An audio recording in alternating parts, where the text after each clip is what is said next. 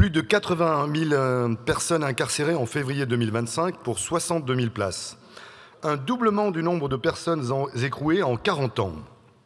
Une densité de surpopulation atteignant les 160% en maison d'arrêt. Et 18 de ces maisons d'arrêt dépassent même les 200%, comme à Chambéry par exemple, où 40 500 détenus sont contraints de dormir sur des matelas au sol. C'est dans ce contexte que le groupe Horizon nous présente un texte qui conduit à toujours plus dégrader ces statistiques et qui a un impact immédiat sur la surpopulation de ces maisons d'arrêt déjà au bord de l'asphyxie, pour les détenus autant que pour l'administration pénitentiaire et ses agents. Un texte hors sol, contre-productif et en total décalage avec les besoins et revendications des professionnels du milieu pénitentiaire et judiciaire. Comme toujours, un texte qui, à défaut d'aller dans le sens de l'intérêt général et de l'ordre public que vous convoquez à longueur de plateau, répond à votre cynique agenda politique autoritaire et répressif. L'esprit est très simple et même simpliste.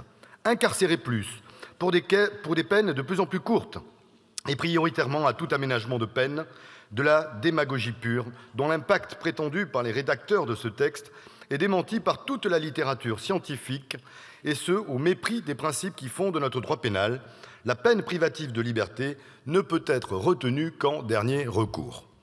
Les dispositions législatives du Code pénal et de procédure pénale que vous tentez de modifier à n'en plus finir, et sans aucun recul ni étude d'impact, n'ont pourtant pas été prises à la légère, ni sans une évaluation arbitraire.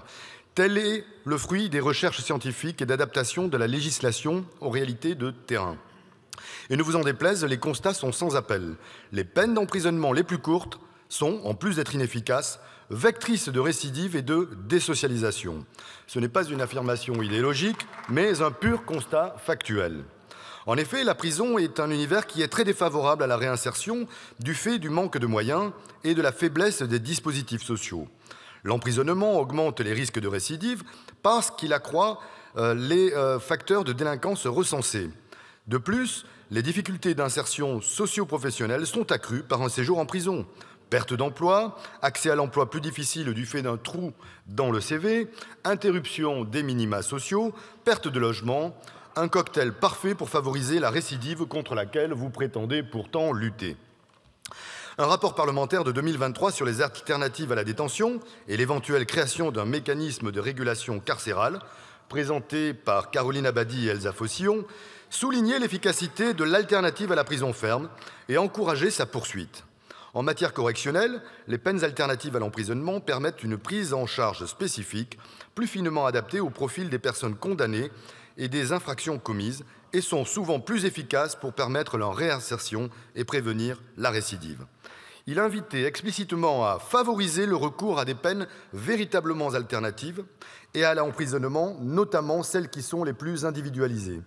Un changement dans la culture judiciaire et dans l'opinion publique est nécessaire pour que l'emprisonnement ne soit plus perçu comme la seule sanction de référence pour les petits délits. Fermez les guillemets. En rétablissant la possibilité pour le juge de prononcer des peines inférieures à 1 mois, et en supprimant les obligations de prononcer des mesures alternatives à la détention dans des cas bien définis, vous fragilisez la situation des condamnés. Perte d'emploi, de logement, de liens familiaux, et alimentez ainsi tout ce qui crée la récidive. Il semble nécessaire de rappeler que l'octroi des aménagements de peine n'est pas une faveur faite aux plus méritants, mais plutôt une modalité d'exécution de la peine s'adaptant à la personnalité du condamné au fur et à mesure de son évolution. Vous proposez donc un retour en arrière qui ne s'appuie sur aucune analyse statistique ou scientifique et que les syndicats de magistrats rejettent catégoriquement. Et pourtant, l'esprit farci de certitudes fantasmées, de contre-vérités et d'obsessions carcérales, vous allez dans le sens inverse de toutes les préconisations consensuelles des professionnels. C'est précisément pour cela que nous voterons contre ce texte qui n'amènera que plus de récidives et de surpopulation carcérale. Nous défendrons des amendements visant à supprimer chacune de ces dispositions, toutes plus déconnectées les unes que les autres de la réalité. Je vous remercie.